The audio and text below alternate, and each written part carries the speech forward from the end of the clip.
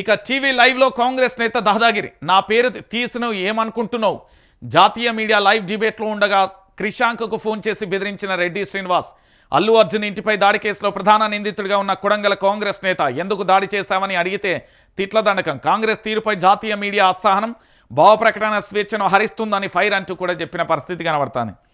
ఇక యనుమల రేవంత్ రెడ్డికి కూడా కోపం వచ్చిందట ఈ విషయంలో.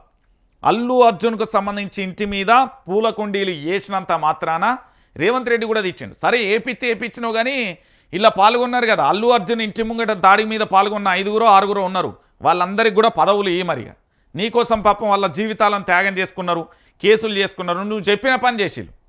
ముఖ్యమంత్రి గారి డైరెక్షన్లోనే జరిగింది అనడానికి కొన్ని కారణాలు ఉన్నాయంటూ రాజకీయ విశ్లేషకులు అంటున్నారు. ఎందుకు అంటే ఈ దాడికి పాల్పడిన వాళ్ళందరూ కూడా కొడంగల్కు సంబంధించిన వాదులే, ఈ దాడి చేసిన వాళ్ళందరూ కూడా రేవంత్ రెడ్డి గారి ఫాలోవర్సే, ఈ దాడికి పాల్పడ్డ ప్రతి ఒక్కరు కూడా రేవంత్ రెడ్డి అభిమాని, కాంగ్రెస్ పార్టీ కరుడుగట్టిన వాదులు, కాంగ్రెస్ పార్టీకి సంబంధించిన క్రియాశీలక సభ్యులు. ఈరోజు ఏం లేదు, వీళ్ళు ప్రశ్నిస్తే గిట్లనే చేస్తారు. ఏముంటుంది తెలంగాణ రాష్ట్ర వ్యాప్తంగా మీకు తెలియని పని ఏముంటుంది? నేను చెప్తున్నా కదా, ముఖ్యమంత్రి గారు చేసే పనే ఉంటుంది, చేయబోయే పనే ఉంటుంది.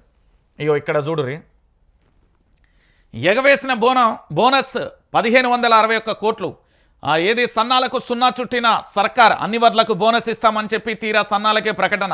కొన్న ధాన్యాలకే క్వింటాలకు 500 చెల్లిస్తామని హామీ. ప్రభుత్వం కొంటానన్న సన్నవడ్లకు 50 లక్షల టన్నులు, చివరికి కొనుగోలు చేసింది కేవలం 18 లక్షల టన్నులే అంటూ కూడా చెప్పిన పరిస్థితి కనబడుతుంది.